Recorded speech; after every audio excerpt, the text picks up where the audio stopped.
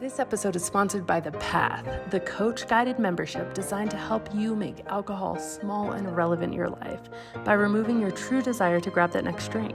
Our science-based, compassion-led program allows you not only to shift your behavior and your relationship around alcohol, but more importantly, uncover and reprogram your subconscious conditioning and neural connections that have been keeping you stuck for years. With daily live breakthrough coaching, an intimate and supportive community, regular peer-to-peer connection calls, and a complete vault of resources, this is where your path to total freedom and effortless enjoyment of your new way of life begins. Join us at nakedmindpath.com. Hi, this is Annie Grace, and welcome to this Naked Mind podcast. I'm here with Allie. Welcome. How are you? Hi, Annie. I'm great. How are you? I'm great. So nice to be with you. So Super why don't excited. that's awesome. Why don't you take us sort of all the way back to the beginning in your relationship with alcohol and drinking? Where did it all start for you? Yes. Okay. So for me, I think the beginning is probably similar to a lot or a common story. I started drinking heavily in college, and I look back and I feel like I'm just gonna say it. I feel like I was like a victim of a college lifestyle at a big Southern SEC school. I went to University of Georgia, and Wow. it was just the normal to drink at all week at football games, at tailgates, at parties, at socials, and I didn't like alcohol. Like I remember my freshman year being so confused and frustrated because I was like seeing all these people around me drinking and loving it and having so much fun, and I was like, this doesn't taste good. I would like sneakily go to a liquor store to try to buy like really nice alcohol to like, well, maybe if I buy the nicer stuff it'll feel better. And it didn't sit with me, but I still was very social, was very like involved. I was like president of my social committee at the sorority, and so by default, I found myself drinking. And eventually, like I learned in your book, you just acquire the taste for it. And so I started to, and Yeah. at the time, I had no idea this was happening, but I just was starting to drink Thursday, Friday, Saturday. Oh, but Sunday, girls' night, wine down, just a few glasses of wine. Um, I would study really, really hard, and I did really, really well in college. I was somehow able to balance it and never really realized what it was doing. Um, and then my senior year, I remember being like, this is not like I want an amazing job. I want to be CEO of a company in a few years. I was very driven. And so I kind of started to peel back, but I moved to New York City after college, and it was even worse than college, like when it came to like being influenced by your surroundings. I worked at a tech startup, a great company, and fast paced. Every time you made a sale or you made a deal, you rang a gong and you chugged a beer. And I didn't, Wow. I know, I was like, well, I don't want to chug a beer. Can I leave early and go to yoga? Um, so I still was trying to balance it, but I again found myself, well, team happy hours are Thursday nights, and Fridays we go out to West Village and go to fancy dinners and go clubbing, and Saturday it was just on and on and on. And dating, not to mention dating, you know, all like dating in New York equals getting drinks, and if the date's going well you get more drinks. That's like the sign of a good date, um at least in the circles I was running and stuff. And um, so I didn't know for so long, and I was young, so people might say, "Oh, you were young, you could handle alcohol." Oh, and it frustrates me really bad that it was written off that way. I looked at like I talked to so many doctors. I started to have like health issues with IBS and my gut. I would have really like bad bouts of anxiety and like episodes of depression it started really small on the weekends. Also learned from your book like the about all the dopamine hits and like how your brain reacts to drinking, and the next day if you're sad that's a normal reaction. But it was getting to the point where I was still like ignoring it and like, oh well, as long as I do a lot of yoga and I train for my long runs and meditate and eat really healthy and clean, like of course I can go out again tonight and drink a bottle of wine with my friends at dinner and then get martinis and then get shots, like of course. um so it got to the point where I was going to like specialists in New York for my IBS, so for like gut problems and then separately for anxiety and depression, and looking at all the other things it could be besides alcohol. And I don't think we look, it's like we just look, these are huge industries like the health industry and mental health. And so often I feel like we look at all the other things that could be causing it, but sometimes it's like drinking a lot of a toxic substance could really be what is harming our bodies. And for me, that was definitely the case. So the way that I discovered this, though, this is where you come in, was finding your book. And the way that I found it is actually kind of fun. My roommate was working on the website or the blog for hip sobriety. I'm sure you know, I think you've interviewed her before, Holly. Um, and she was doing some sort of design work and she was like, Allie, you should check this out. It seems right up your alley. Really cool wellness blog of some sort. So I look at this blog, and Annie, I remember reading it and just like the whole rest of my day plans and out the window. I just went on a tailspin of reading all of her articles all about how sobriety isn't, it's amazing. It's actually amazing. You're actually going to be making an amazing decision. And she had one of her blog posts was like my favorite books about quitting drinking. And yours was one of them.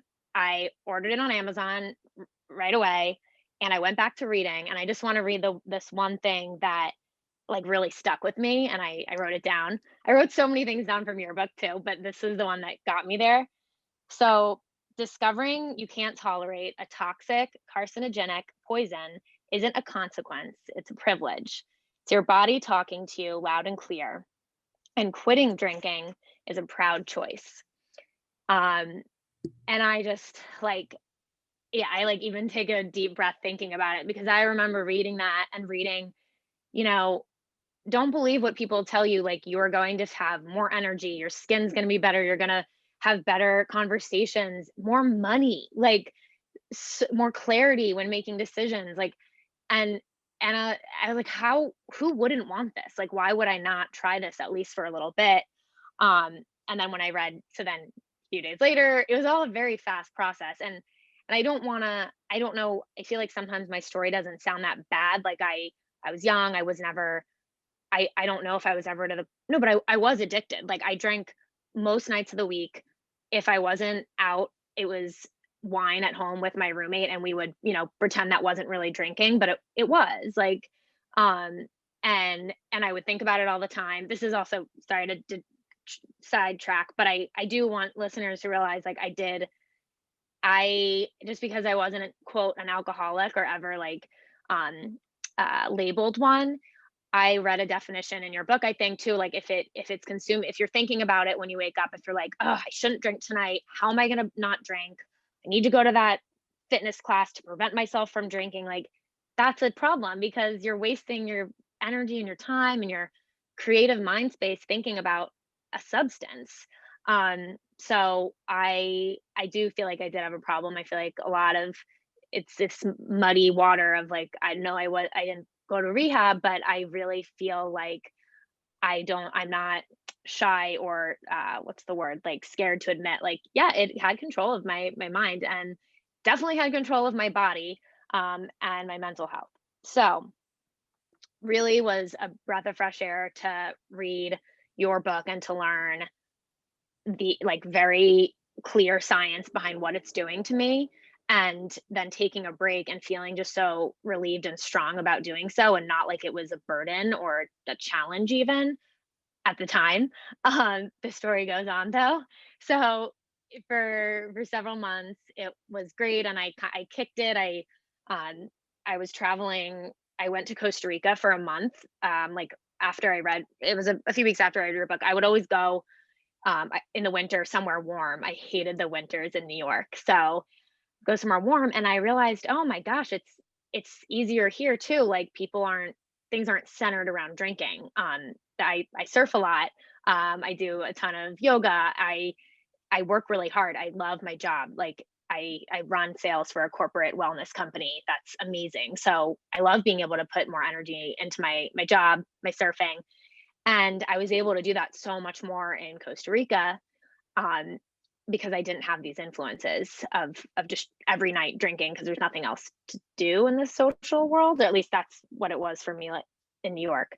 So I actually decided to move a few months after coming back from Costa Rica, and I really think this whole, like, self-healing process with alcohol triggered that, which is crazy to think about how a simple thing as, like, finding a vlog and ordering a book can set you on this new path. It's really cool to think about. Um, so as I stopped drinking, my gut was getting better, like my stomach problems, still not perfect. Like I'm not gonna claim it was like the end all be all, but mental health definitely better. I went off of Lexapro, so I was like really excited to be able to go off it. Again, sometimes I'm like, that'd be great if I was on it, but like I don't feel like I need it anymore. And I feel really, really happy to feel all the emotions, like to have the sad days, to have the happier days. And I wasn't able to do that on Lexapro or when I was drinking a lot in New York.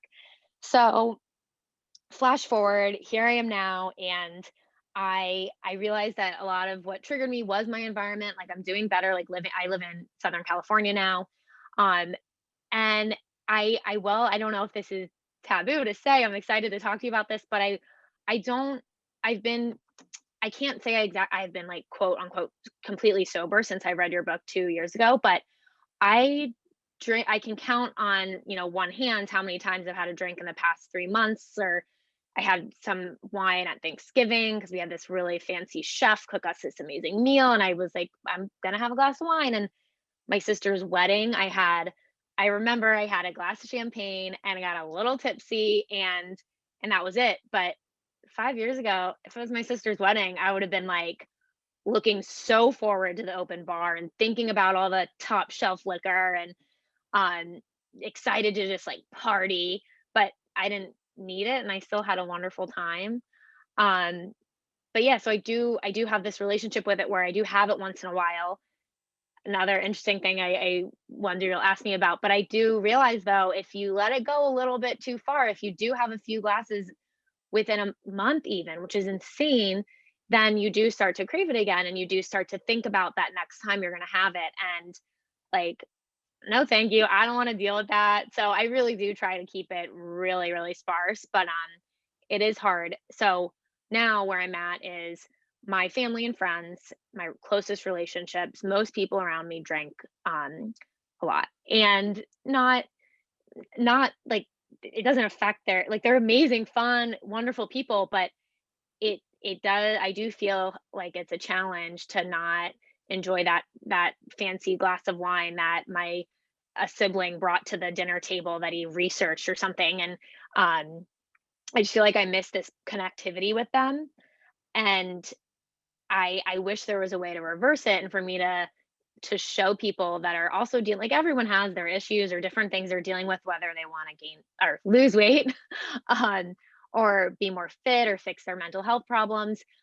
But I feel like in a hard place now because I'm like, well, you can stop drinking so much. You can stop having your wine every night. And I listened to one of your podcasts about this, and you're like, you want to be able to help so many people, but there's only so much you can do.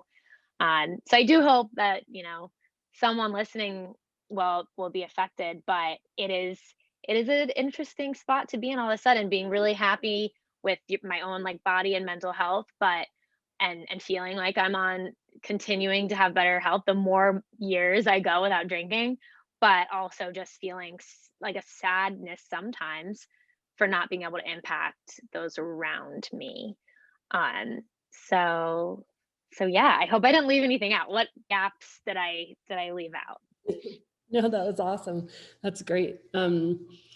Yeah, I think that everything you said is really fascinating. And having also lived in New York for a few years, I remember that even friendships, I was so surprised. It was like, okay, and of course, what else are you going to do? But it all revolved around drinking. If you were going to try to like make a new friend, which was something that I was really excited to do because I didn't know anybody when we moved there, um, it was going to be like, let's meet up at a bar, let's meet up for drinks. And so I didn't ever live in New York not drinking, but I've had a lot of people on the podcast who have navigated that side of it too. And yeah, it's like super challenging, but also really affirming. And I think that in some ways, what you're describing, like, sitting down and your siblings researching this fancy bottle of wine, or you're in New York City or whatever, it's almost as if you are doing this with, extra weight on your back, but in a good way. Like, it can be a bad way or a good way. Like, you can see that as like, oh, great, I have to,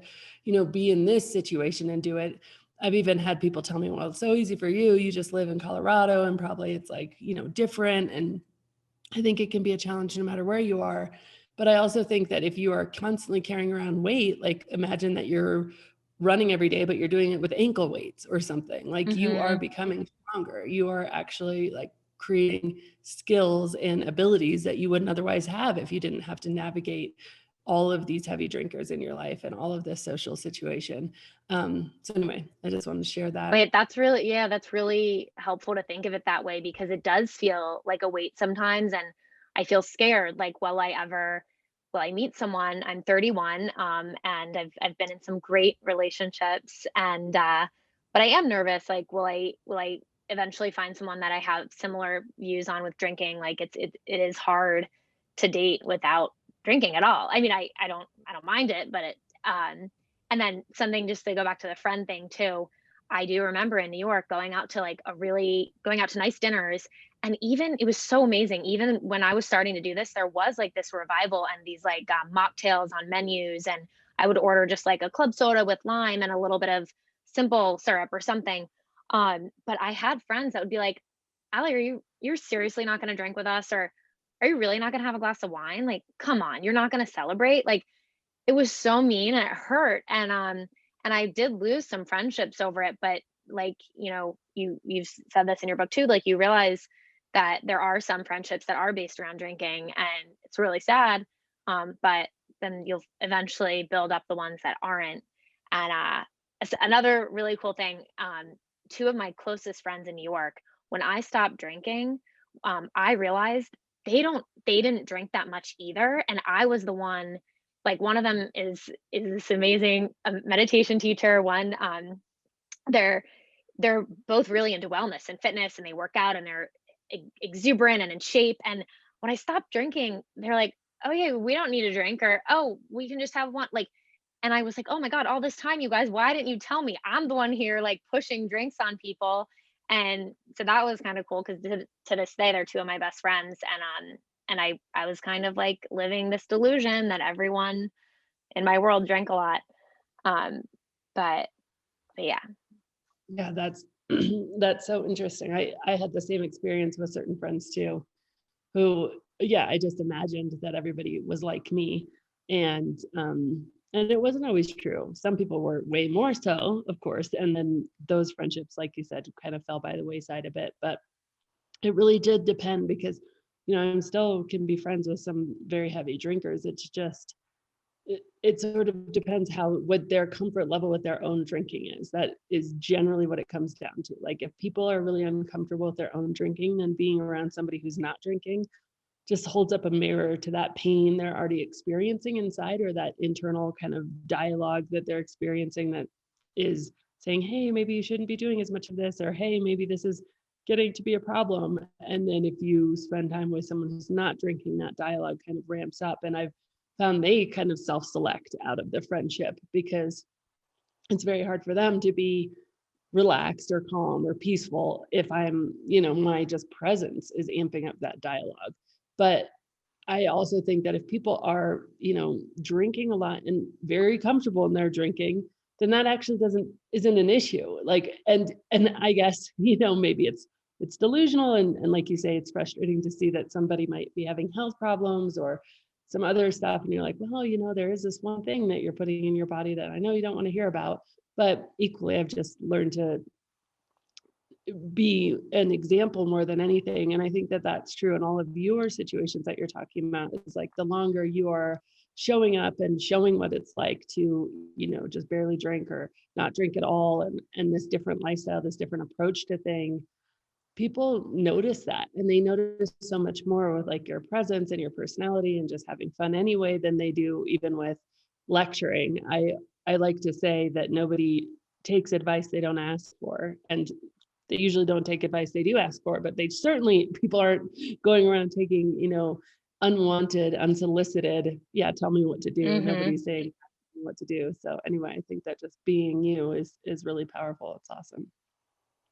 Yeah, I guess one, and just another thought that came up from that is that being me also includes, because of what I do, like my job in the wellness industry, and I'm also a yoga teacher.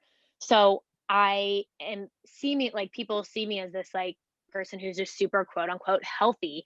So I do sometimes worry too. They're like, oh well, that's Allie's just a healthy person, so she doesn't drink. Like I also want people to know that it's not just that. Like, even if I wasn't this health guru and yoga teacher, like, it would have still made such a huge difference in my life. Like, if I, you know, I don't know, like, I want the people who don't have the same lifestyle as me to also realize it could be for anyone. Like, cutting back on drinking doesn't have to just be reserved for yoga teachers and vegans, or I'm not vegan, but like that. Do you see that in the like do you see that there are no, I even feel like watching your podcast, you see all sorts of different people who come to Yeah. this realization. Yeah. Yeah. And I think that you're probably a little bit experienced in that, what I was talking about kind of accidentally holding up a mirror to somebody else's behavior, even in making dinner choices, where somebody orders fries and a shake and you order something like a salad, and they're like, oh shoot, I shouldn't have ordered that. Oh man, maybe, just they Mhm. have this internal dialogue that's triggered just by your choices, which I don't think is all a bad thing. It just depends, I think pulling each other kind of forward in the whole thing, whether it's health or alcohol or wellness in general, it's great, because I think that so much of our hesitation around all of those choices is we feel like, oh, we should do it. And we have all this negative emotion around, we should do it. Then we feel guilty for not doing it. And we don't really see that actually, once you get into certain things, like exercise is a really good example, that if you get into exercise and you find something that you really want to do, that you don't feel like you should do, which there's infinite numbers of ways you can move your body, eventually you're kind of in this position where you're like, oh, I miss not doing that.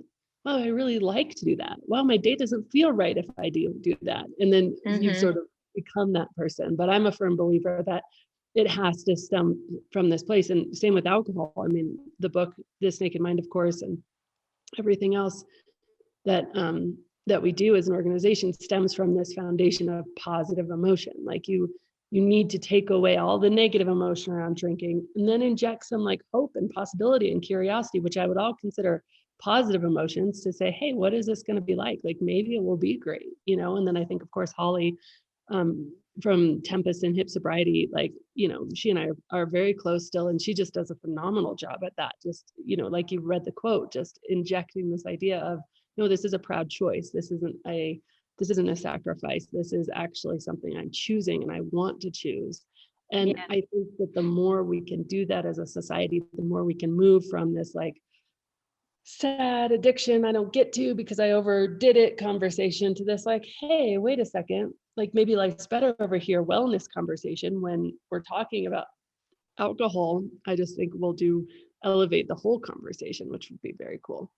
Yeah, like having my Saturday and Sunday mornings to just like bask in feeling great and sleeping in, but not having drank the night before. So having this like renewed energy and vigor to tackle the day and do things like, because weekend, so hopefully I'm not working. Sometimes I'll catch up, but even that, if I have to catch up on work, and it makes it just joyful and happy to attack the day without this lingering headache or stomach ache or whatever it was that the alcohol, bad night's sleep. That's so huge for me, was having my mornings back and just feeling, not that I ever thought even knew they were gone. I just kind of felt like, do I really need to do that class this early? Now I'll do it later and sleep in and watch Netflix. Like that's not living your best life. I personally don't think it is, but that's another question I was quickly going to ask you. Like, I as as I learn more about like my health issues in my body, like I realized that it did take me a lot longer than others to get, quote, like, hooked on alcohol in college. And like, I was always like, and I would, order those club sodas and sneakily, which is horrible to have to say, but like, not drink at bars. I would like pay the bartender to give me club sodas all night. So even though, like, it negatively affected me so much, but our bodies, I guess, are just so different that some of my friends bounced back from it so quickly, could work out the next day and study all day and take exams and be fine. And I do still wonder and mull over, what was it, or what is it inside of my chemistry that made me so aware of it? And do some people just, is it true that, oh, they have a better liver, like, or I guess to an extent it like some people do, right? Or I don't know. I don't, I obviously, like, I don't know the ins and outs of all of this stuff because I'm not a doctor, but the research that I have done, and obviously combined with my own experience, I think that the body is incredibly efficient at what you ask it to do every single day, and incredibly efficient at what you ask it to do on a regular basis. Even and even if that thing is detrimental, it's doing it to a point of protection, right? So the idea of tolerance is so fascinating to me because it used to be like this hard won prize. I remember, same thing. I literally remember being in bars in New York and having everybody else having ordered another drink and just knowing, like, this is early in my like heavy drinking days, knowing I just couldn't do it, sneaking to the bathroom and like pouring it out and then filling my glass up with water, pouring the beer bottle out and Oh my like God, in a I point did that. and filling the beer bottle up with water so I could just nurse it for the rest of the night. And just being like, oh, I don't want to feel bad tomorrow. I don't want to get tipsy. I don't want to feel all these things. But for me, because I probably drank longer than you did, because I'm 42 now, and I stopped drinking about 6 years ago, it was eventually I did create this tolerance to where I was one of those people that I could do that all the time, that I could go drink all night long and then rally the next morning and actually be like, oh, haha, like, you guys are all wusses. I can't believe that you can't, like, bring it, Yeah. for the 7 a.m. meeting after we've been out till 3. But so tolerance in general is fascinating because it's literally the body's mechanism of protection, of getting faster and faster and more efficient at purging the toxin. Like, that's what it is. And in order to purge the toxin, it does it faster, it does it more efficiently, and you feel it less because it's like, oh, this thing out. But then your body has all sorts of sacrifices when it's doing that, because when it's spending so much time and effort, even if it can become infinitely, like, much more efficient at doing it, it is still sacrificing other things that it could be doing. So like when your body is purging alcohol, so when you're drinking heavily, your body will stop digesting food, which is why you'll still be hungry even after a huge meal once you like get 2 or 3 in the Mm-hmm. morning. It just sits there, or it will stop regulating your blood sugar, which is why it can be so dangerous for people who have low blood sugar anyway, which I did. And I found that out later. Like, I had a mild form of hypoglycemia, and I'm like, oh, that's interesting, because alcohol would affect me more because I have that in general. So I think it's a combination of just time and tolerance, and then natural things that if alcohol, helps you, like, if drinking alcohol makes it so that you're not naturally regulating your blood sugar and you have naturally low blood sugar, then that's going to make you feel worse on the whole. If you're, naturally not as hydrated perhaps, or you have other situations, like we know physiologically that women are more affected by alcohol than men. And there's lots of different reasons for that. But so I think there certainly are some physical aspects to it. But I think kind of because the body's so amazing in most circumstances, we can plow through those and we can just Mm-hmm. kind of force the body to become tolerant and efficient at purging alcohol. And that's really what I did. I didn't heed any of those kind of warnings. Just kind of steady on. See I where this know. I goes. remember points where I like thought, oh wait, this doesn't feel that bad. But I think, and any one of my family and friends will tell me, Allie, you are a little too much in tune with your body, or you too, like, I don't think there's such a thing as too much, but I was very like, like aware of how I can feel when my stomach's going to hurt or whatever it is. Quick question that happened when I stopped drinking. I also just couldn't really do like coffee anymore. Like I was like, oh, this is so frustrating. I want it. I love it. I love a latte or I didn't ever drink like tons of coffee ever, like each multiple cups every day. Um, but it's so interesting because it's exactly what you said about regulate, like our bodies regulating our blood sugar.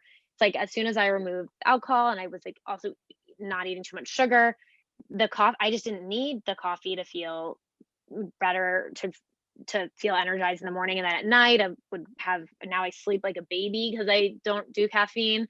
But I'm wondering, I'm secretly like, I love coffee so much.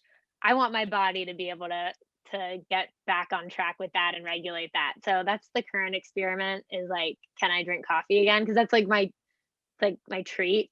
Yeah. But it is interesting how the body like similarly like metabolizes and reacts to it and says, "Oh, this is a stimulant," and like, "Oh, you're gonna have a down from it."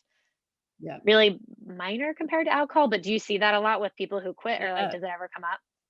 for sure. And so in my own experience, I stopped drinking coffee for 2 years because when I just did a water challenge. I did a 10-day just drink nothing but water challenge. We still ate food, but it was just like to try to, reawaken your natural thirst and tried to drink more water. And I remember at the end of the 10 days, I just felt so much less anxious that I was like, wow, I'm just not going Mhm. to drink coffee anymore.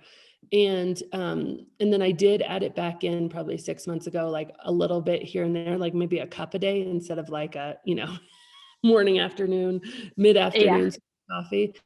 And it's been okay, but I still notice, I mean, I'm very present to the fact that if you do it all the time, you need it. If you don't do it all the time, you don't need it because the substance Mhm. itself is creating the need for itself.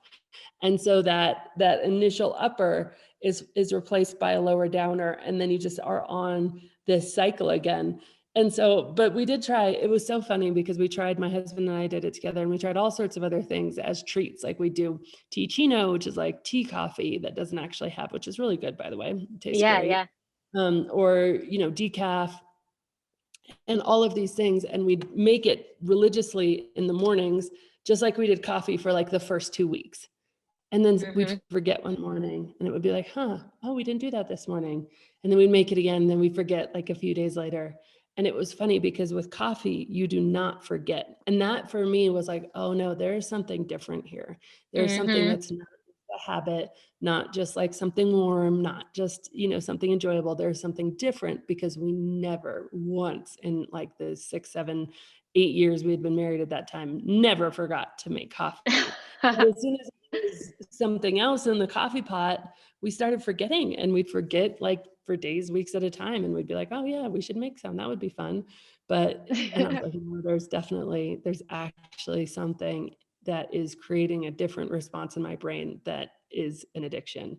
And so it is interesting, but it's like all those things like, well, I think it's all just for me a self experiment. And then knowing that I know enough that like I'm going to choose happiness, I'm going to choose feeling better over anything. If I can have my cake and eat it too, great. But if it comes to a point where I'm feeling like, no, I'm just too anxious, or then I'm going to probably give it up again. And it's nice to know that I can and did. And so I don't know, but it is just experimentation and just knowing, like you said, with alcohol, like, okay, even just, you know, a few subsequent drinks or drinking for a month, like I'm right back there. And just knowing that, I feel like that level of self-awareness and empowerment and decision making is in some ways so much more powerful than this blanket never again, because it you're retaining control. Now, in some ways, it's much more difficult because you are always having to say, am I going to, am I not? And there's a lot of questioning, and you open up a big noise again in your mind. Whereas when you make a firm decision, that noise goes away. You're like, no, that's just a no for me. And so it's much easier not to have that kind of like, should I, shouldn't I? And decision making in general takes brain power. So when you have more decisions to make, like, am I going to have another cup of coffee? Then you're like you just start using more brain power, and it's called decision-making fatigue. And if you're just like, no, I have one cup of coffee a day and that's it, then that decision has just already been made and you don't live in that limbo. So it is more difficult. But I also think that there's something to be said for, really feeling empowered. I mean, I still, if I'm interviewed on TV or whatever, and they say, are you sober or whatever? I'm like, no, you know what? I drink as much as I want whenever I want. I just haven't wanted to have a drink in 6 years. And even in my own brain, that is like really empowering for me. Like that feels good to me. That feels like where I want to live. I want to live not in the rules, not in the caring what other people think, just in my own truth, which my own truth is that I don't want to have a drink right now, so I'm not going to. But my own truth is also that I'm not going to sit here and declare never again, because I know my brain has the possibility to freak out on me, probably less so now than it did in the first few years, but it certainly does. And B, I'm not going to know I'm successful until I'm dead. So like it doesn't seem like a goal that, is even worth pursuing. But that's just my journey. And what I say to everybody listening is like, you've got to find your own truth in this, in your own journey. And the experimenting with, does this 1 cup of coffee lead to 5? Like that sort of thing is part of it. It's not failures or mistakes. It's just really finding I almost never cuss on this podcast, but Holly Whitaker, since we're talking about her, she says, you just got to know what you can fuck with. Like, you just have to know, like, Yep. know that. And then that's cool. Like, just know it for yourself. And then don't judge anybody else for it, but know it for yourself. Do the work to figure that out for yourself. And then, then it's all good. And she's like, she has this whole hilarious list of things she can't fuck with, which is like single men in Paris and alcohol and cocaine.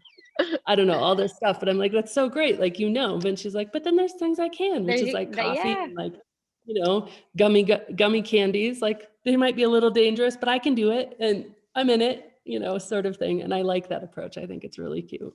Yeah, I gotta reread some of her stuff. I forgot to shout out, like, a huge part of my, like, past few years and, like, getting better was working with a health coach, like, not and it would the irony is that I went to all these fancy doctors in New York for health and to psychiatrists and, to lots of nutritionists, like, nutritionists are wonderful too, but I I found a health coach who has a fun, great mentality about non-restrictive eating and drinking, like never restricting things in your diet or like just like what you said, like just owning your own decisions and what you can handle. And working with her absolutely changed the game for me with eating and then drinking. It was almost refreshing because she was like, yeah, like have that 1 glass of wine if you want, but let's not focus too much on that. Like let's focus on XYZ for now. Like she never made it too much about the alcohol, but she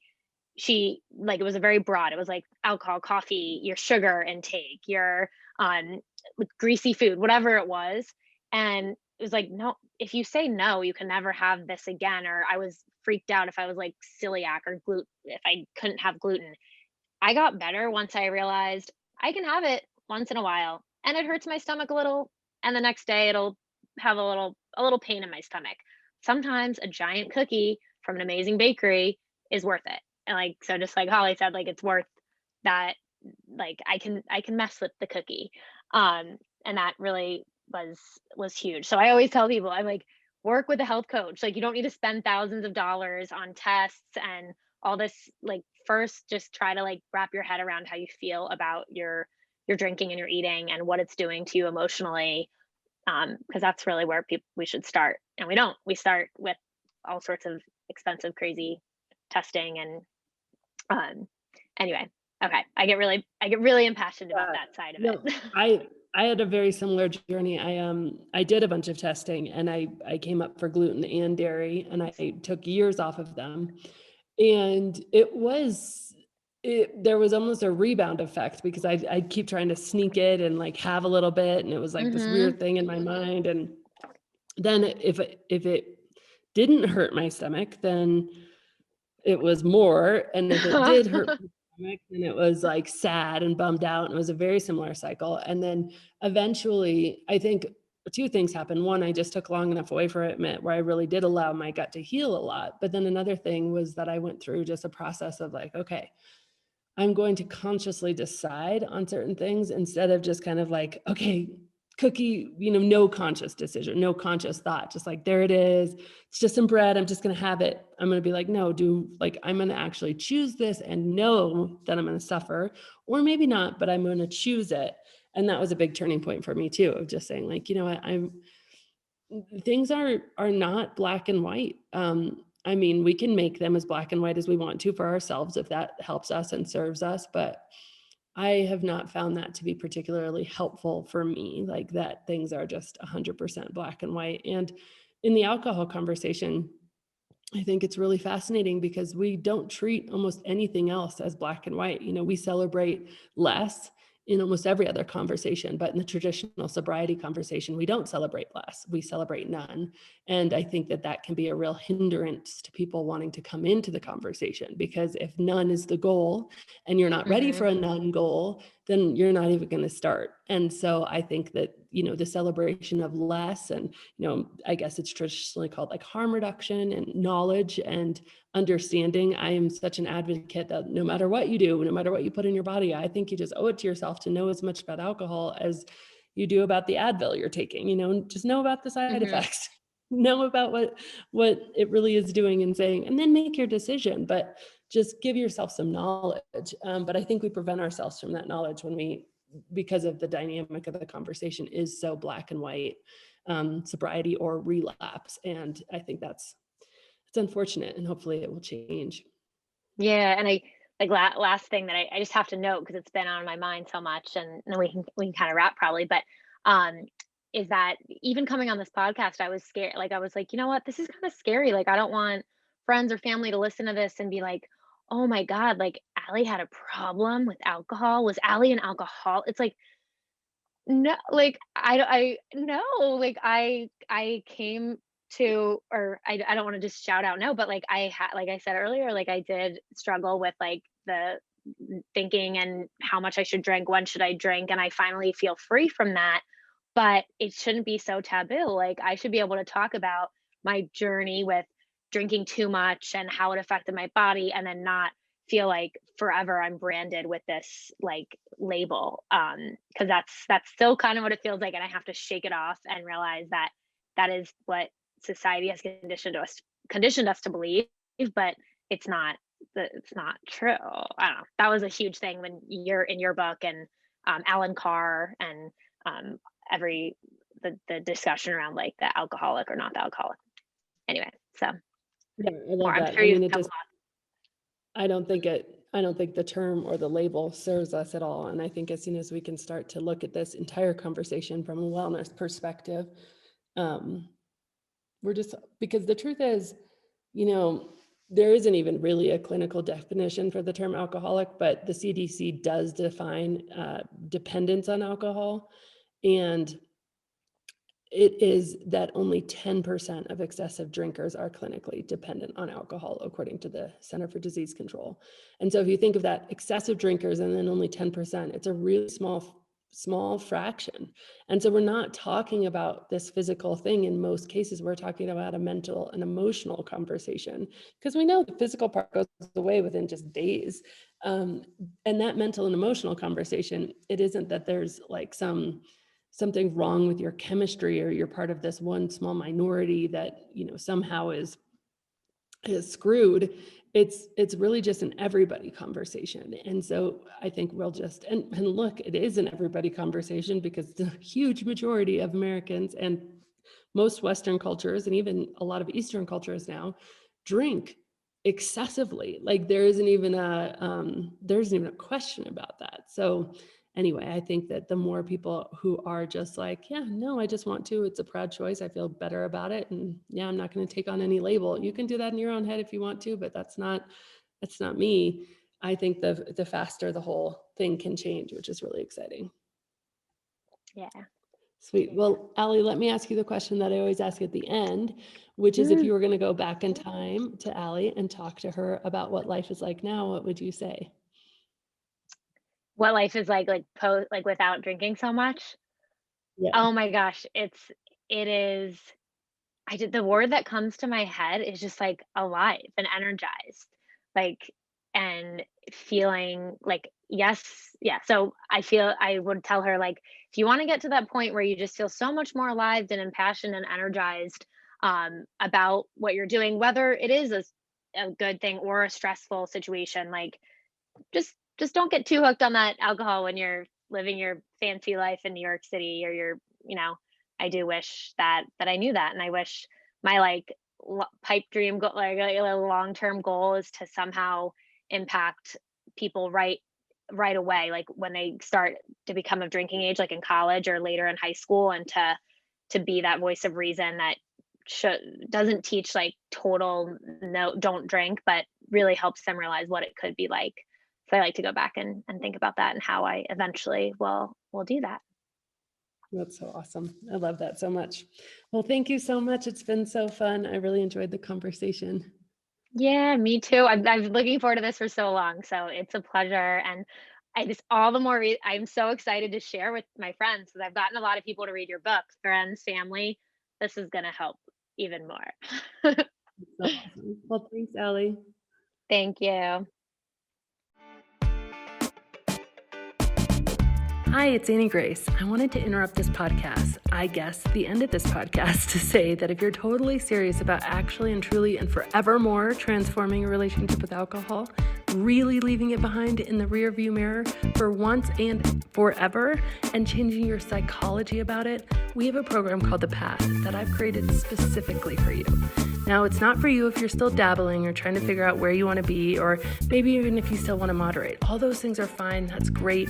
But if you're beyond that and you're like, no, I just want to be done with this. I'm ready to invest some time and I'm ready to just make this happen. I want the answer. I want the easy way out. Then I want you to check out nakedmindpath.com and join us in the path, where you receive coach guided and community support so that you can truly make this lasting change that you want in your life. And as always, rate, review, and subscribe to this podcast, as it truly helps the message reach somebody who might need to hear it today.